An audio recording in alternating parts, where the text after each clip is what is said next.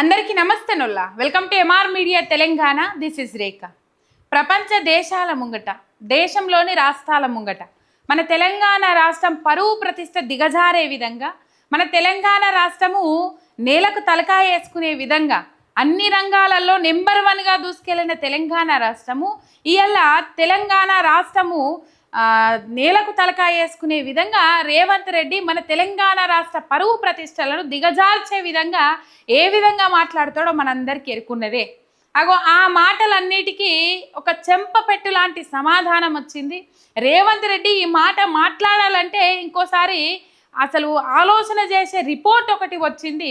ఆ రిపోర్ట్ ఏంది, ఏం కథ అనేది మనం ఈ వీడియోలో క్లియర్గా మాట్లాడుకుందాం. మీరు ఒక్క సబ్స్క్రైబ్ చేసుకోండి.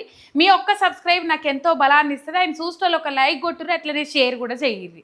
ఇక ముచ్చట్లకు పోతే, నన్ను కోసిన రూపాయి లేదు, తెలంగాణ రాష్ట్రం అప్పుల కుప్పయింది, అప్పుల ఊబిలో నెట్టుకొని పోయింది, నన్ను వండుక తిన్న రూపాయి లేదు, నన్ను బిచ్చపోని చూసినట్టు చూస్తుండ్రు, నన్ను అప్పులోని చూసినట్టు చూస్తుండ్రు, నాకు అప్పు ఉడతలేదు, నా ముఖం మీదనే దోర్లేస్తాడు, చెప్పులు ఎత్తుకపోయి దొంగ లెక్క చూస్తాడు అని చెప్పేసి ఒక ఇసంటి మాటలు మాట్లాడతాడు. ఎప్పుడు మాట్లాడతాడు ఇసంటి మాటలు?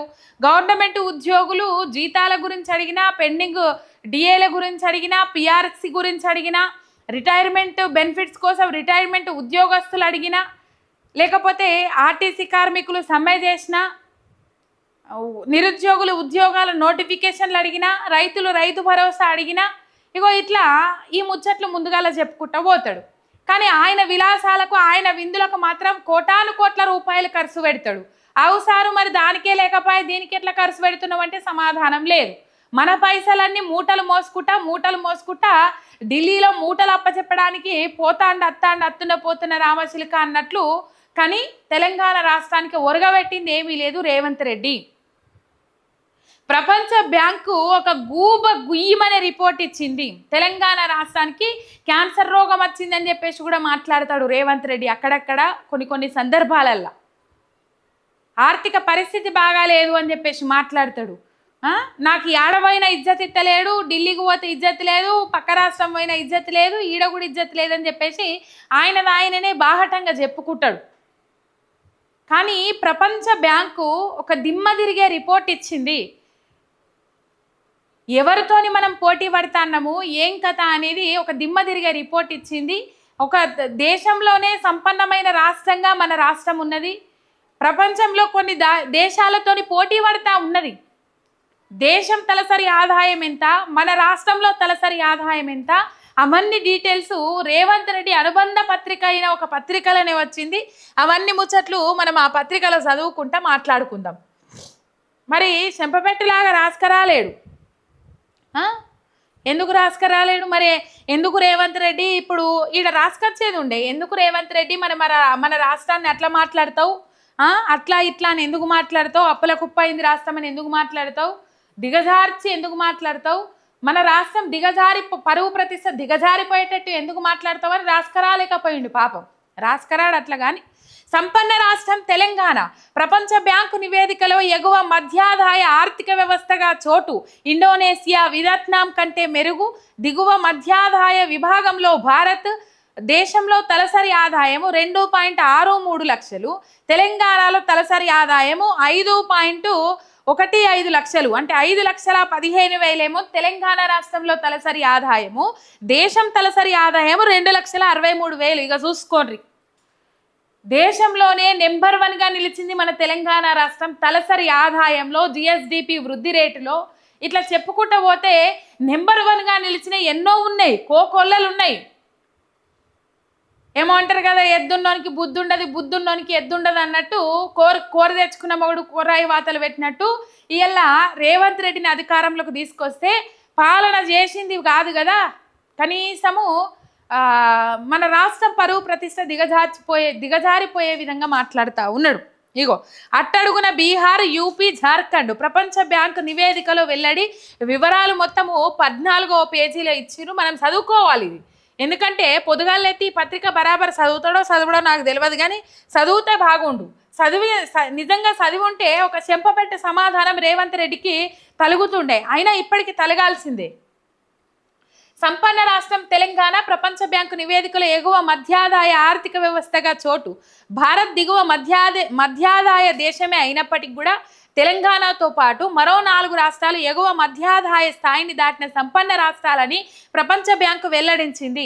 భారత్ తలసరి ఆదాయం $2,760, అంటే 2,63,179 కాగా తెలంగాణలో అది $5,407, అంటే $5,15,583 అని తెలిపింది. ఎగువ మధ్యాదాయ ఆర్థిక వ్యవస్థకు సంకేతంగా ప్రపంచ బ్యాంకు $4,636 తలసరి ఆదాయాన్ని సగటు ప్రమాణంగా నిర్ణయించగా దీనిని దేశంలో 5 రాష్ట్రాలు దాటాయి. వాటిలో ఢిల్లీ $6,217, కర్ణాటక $5,579, తెలంగాణ $5,407, తమిళనాడు $5,329, గుజరాత్ $4,734.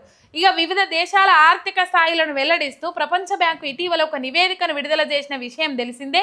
దీని ప్రకారం శ్రీలంక, వియత్నాం, ఫిలిప్పీన్స్ దేశాలు అధికాదాయ దేశాలు, అంటే $14,375 విభాగంలో చేరాయి. భారత్ దిగువ మధ్యాదాయ దేశంగా ఉన్నది కాగా దేశంలో ఎగువ మధ్యాదాయ స్థాయిని 5 రాష్ట్రాలు దాటగా ఆ శ్రేణికి దగ్గరలో మహారాష్ట్ర, హర్యానా, కేరళ ఉన్నాయి. $984 తలసరి ఆదాయంతో బీహార్ అన్ని రాష్ట్రాల్లోకి అట్టడుగున ఉండగా దానికంటే కాస్త మెరుగ్గా ఉత్తరప్రదేశ్, జార్ఖండ్ ఉన్నాయి. ఈ 3 రాష్ట్రాల పరిస్థితి నేపాల్, ఆఫ్రికా దేశాల కన్నా అధ్వానంగా ఉందని ప్రపంచ బ్యాంకు నివేదిక వెల్లడించింది. నాడు ఒక్క రాష్ట్రానికి దక్కని చోటు 1994లో ప్రపంచ బ్యాంకు మధ్యాదాయ ఆర్థిక వ్యవస్థల జాబితాలో భారత్లోని ఏ రాష్ట్రానికి చోటు దక్కలేదు. కానీ 3 దశాబ్దాల అనంతరము ఈ పరిస్థితి మారిపోయింది. పలు రాష్ట్రాలు ఆర్థికంగా పురోగమించి మధ్యాదాయ స్థాయిని చేరుకున్నాయి. ఉదాహరణకు కర్ణాటక, తెలంగాణలో ఇండోనేషియా, వియత్నాం దేశాల ఆర్థిక వ్యవస్థల దశను దాటినాయట. ఈ ప్రగతి ఉన్నప్పటికీ భారత్లో రాష్ట్రాల మధ్య ఆర్థిక అంతరాలు కూడా గణనీయంగానే పెరిగినాయి. ఇది పక్కకు పెడితే మొత్తం మీద దేశంలో సంపన్న రాష్ట్రంగా తెలంగాణ ఉన్నది. కానీ వాటిని ఎట్లా యూటిలైజ్ చేసుకోవాలి, ఏం చేసుకోవాలి, నేను ఏం చేయాలి అనే ఆలోచన లేదు మన రేవంత్ అన్నకు. ఏం ఆలోచన? అప్పులు పట్టుకురావాలి, ఈడ ఒక పథకం పేరు చెప్పుకొని అప్పులు ఎట్లా పట్టుకురావాలి, ఆ తీసుకొచ్చిన అప్పులు ఎట్లా ఢిల్లీకి మోయాలి. పోయిన తాప యాసంగి రైతు భరోసా పైసలే వేయాలి. 2,000 కోట్లు ఏమో ఇచ్చిండు, చేతులు దులుపుకున్నాడు. మిగతా 7,000 కోట్లు ఏడికి పోయినాయి అంటే సమాధానం లేదు. గాలి మోటార్ ఎక్కిపోయినాయా లేకపోతే చింత చెట్టు మీద ఎక్కి కూర్చున్నాయా తెలియదు, కానీ దానికి సమాధానం లేదు. ఇదొల్ల తెలంగాణ పరువు ప్రతిష్టను దిగజార్చుకుంటూ మాట్లాడే రేవంత్ రెడ్డికి ఒక చెంపపెట్టు లాంటి రిపోర్ట్ వచ్చింది. ఇప్పటి నుంచన్నా తెలంగాణ పరువు ప్రతిష్టలను దిగజార్చే విధంగా మాట్లాడకుండా ఉంటే బాగుంటుంది. అట్లనన్నా బాగుపడుతుంది రాష్ట్రం. ఎంతసేపు ఏమంటారు కదా, ఇంకో సామెత ఉంటుంది కానీ ఎందుకు అది మోటు సామెత, కానీ మొత్తం మీద ఎంతసేపు గునుగుడు. మళ్ళీ ఆయన 100 కోట్లు పెట్టి కొత్త బిల్డింగ్ కట్టుకోవడానికి పైసలు ఉంటాయి. 150 కోట్లు పెట్టి కొత్త హెలికాప్టర్ కొనుక్కోవడానికి పైసలు ఉంటాయి. 100 కోట్లు పెట్టి గ్లోబల్ సమ్మిట్ ఏర్పాటు చేసుకోవడానికి పైసలు ఉంటాయి. 200 కోట్లు పెట్టి మెస్సీతో ఫుట్బాల్ ఆడడానికి పైసలు ఉంటాయి. 200 కోట్ల రూపాయలు ఖర్చు పెట్టి అందాల పోటీలు పెట్టడానికి పైసలు ఉంటాయి. మంత్రుల విలాసాలకు పైసలు ఉంటాయి, విందులకు పైసలు ఉంటాయి, కాంట్రాక్టర్లకు పైసలు వేయడానికి పైసలు ఉంటాయి. ఇక తెలంగాణ సెక్రటేరియట్లో 6వ అంతస్తుకు భోజనాలు నిలిపేసిండు కాంట్రాక్టర్. ఎందుకు నిలిపేసిండయ్యా అంటే 2 ఏళ్ళు ఆయనట బిల్లులు చెల్లించక. మరి వాళ్ళకి ఎందుకు భోజనాలు పెట్టాలంటే వాళ్ళు ఎప్పుడు నిరంతరం ఏదో ఒక పనులు నిమగ్నమై ఉంటారు, చెయ్యాలి. వాళ్ళు ఆ పనులు చేస్తేనే బాగుంటుంది రాష్ట్రము.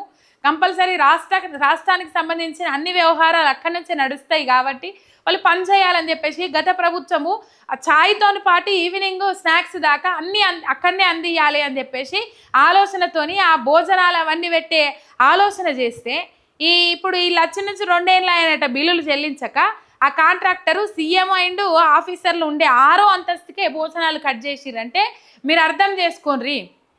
కాంట్రాక్టర్లకు కమిషన్లు ఇస్తేనే కాంట్రాక్టు బిల్లులు చెల్లించబడుతున్నాయి, లేకపోతే లేదు. ఇటు వాళ్ళ కాంట్రాక్టర్ల గల్లపెట్టెలు నిండాలంటే వీళ్ళ గల్లపెట్టెలు నిండాలి ముందుగల కమిషన్లతోని. ఎన్నిసార్లు ధర్నాలు చేయలేరు? బట్టి విక్రమార్క చాంబర్ ముంగట, రేవంత్ రెడ్డి చాంబర్ ముంగట కాంట్రాక్టర్లు ఎన్నిసార్లు ధర్నాలు చేయలే. ఈ పరిస్థితి ఉన్నది. ఇప్పటికన్నా మానవుని సారు నన్ను చెప్పులు ఎత్తుకపోయేటోని లెక్క చూస్తాను అని చెప్పేసి ఇవ్వాల్సిన ఇచ్చి మాట్లాడుర్రు. ఇచ్చేటాన్ని పైసలు ఉన్నప్పటికీ కూడా ఇత్తలేదు, ఆపుతారు, కావాల్సుకొని ఆపుతారు. ఎందుకంటే కమిషన్లు కావాలి కాబట్టి, ఎందుకంటే ఢిల్లీలకు మోయాలి కాబట్టి.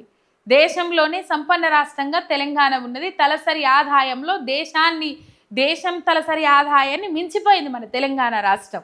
ఇప్పటికైనా జర నోరు మూసుకొని ఇది ఒక చెంపపెట్టి సమాధానంగా తీసుకొని మాట్లాడకుర్రి. ఇది అల్లాటప్ప కాదు, ప్రపంచ బ్యాంక్ ఇచ్చిన అది.